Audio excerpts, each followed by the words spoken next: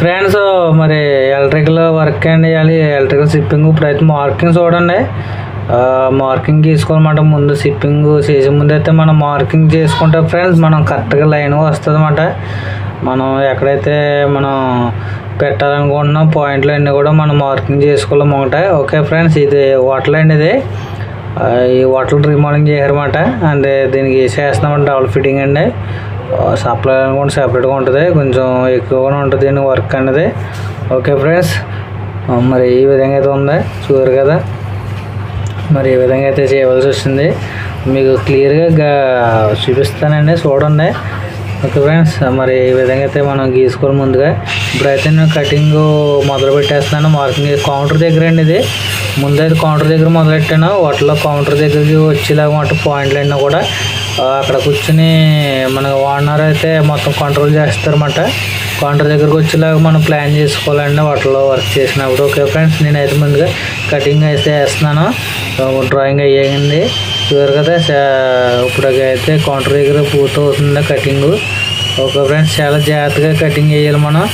Okay, దిక్కులు చూడకూడదు. నేనైతే చూస్తున్నాను కెమెరా, ఇంకా మీకు చెప్పాలి కదా. మరి అలా చూడకూడదండి మనం కటింగ్ వేసినప్పుడు గట్టనే. ఓకే ఫ్రెండ్స్, మరి ఇప్పుడైతే భోజనానికి వెళ్ళాలి. మరి ఇప్పుడైతే భోజనానికి వెళ్తామంటే వచ్చిన తర్వాత మీద వర్క్ చేయాలి. ఓకేనా. మరి ఈ విధంగా దుమ్ము చూసారు కదా, ముక్కులో నోట్లోకి వెళ్ళిపోతుంది. మాస్క్ ఎట్టుకుంటున్నాము, ఊపిరి చేయట్లేదు. ఏం చేద్దాం తప్పదండి. మరి ఎలక్ట్రికల్ తిప్పలు ఎలా ఉంటాయి, దుమ్ము నోట్లోకి వెళ్ళిపోద్ది.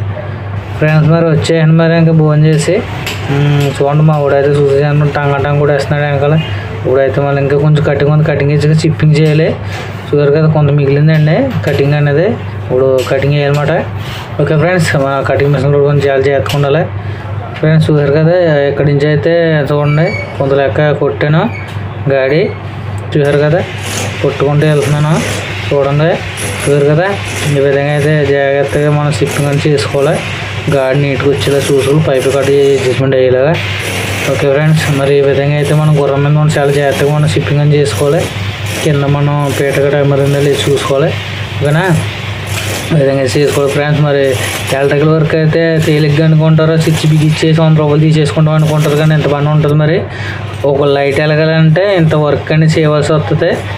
ఆ ఒక లైటు, ఆ బోర్డులో స్విచ్లు మొత్తం అన్నీ వెలగాలంటే ఇంత దుమ్ము పని చేయవలసి వస్తుంది ఫ్రెండ్స్. చాలామంది సులువు అనుకుంటున్నారు ఎలక్ట్రికల్ వర్క్. నాకు కొంతమంది ఎటకారంగా మాట్లాడతారు, చేయని వాళ్ళకి మాత్రం తెలుస్తుంది. ఎలక్ట్రికల్ వర్క్ చాలా కష్టం ఫ్రెండ్స్. సుగర్గా దుమ్ము ముక్కులుగా ఊపిరితిత్తులు గట్ట పెట్టేద్దామండి, మీకు తెలియదు కొంతమందికి ఆవేశం. ఓకే ఫ్రెండ్స్, మరి తక్కువగా చూడకూడదు ఎలక్ట్రికల్ వర్క్ అనేది. చాలా దుమ్ముతో కూడింది. తర్వాత ఇది ఎలాగంటే ఫస్ట్ స్టెప్ దుమ్ముతో, తర్వాత అప్సైడ్ వర్క్ చేస్తామంట లాస్ట్కి వచ్చినప్పటికి. ఏదైనా కష్టం కదా ఫ్రెండ్స్. ఎలక్ట్రికల్ వర్క్ అంటే షాక్ కొడితే ఇంకేముండదండి ఫ్రెండ్స్. మా షుగర్గా చీకటి పడిపోయిందండి. ఇంకా క్లైమాక్స్ ఈ రూమ్ అయితే. ఓకే, పెద్ద హాల్ అండి ఇది హోటల్లో. మేము చేసేది చూడండి అయిపోయింది. ఓకేనా, షుగర్గా కంప్లీట్ అయితే చేసామండి. మొత్తం చీకటి అయిపోయింది. మొత్తం షిప్పింగ్ చేసేసాం. ఇంకో వేరే హాల్ ఉంది. ఇది పెద్ద హాల్ అయితే మెయిన్ కంట్రోల్ ఇది చేస్తామంట షిప్పింగ్ అన్నది. ఓకే ఫ్రెండ్స్, మరి ఈ విధంగా అయితే అయ్యింది. ఉన్నది మీకు మార్నింగ్ చూపిస్తాను. ప్రజెంట్ అయితే ఇలాగైతే ఇలాగ అయింది మరి వర్క్ అనేది. ఓకే ఫ్రెండ్స్, ఏదో మొత్తం దేవుడి దేవాలు అయితే మొత్తం మీద అయిపోయింది. చీకటి పడిపోయింది చూసారుగా, సెంట్లో ఎక్కైతే ఉడికొచ్చేస్తుంది. ఓకే ఫ్రెండ్స్, మరి వెళ్తాను. మరి ఇంకా టైం అయిపోయింది. Okay friends.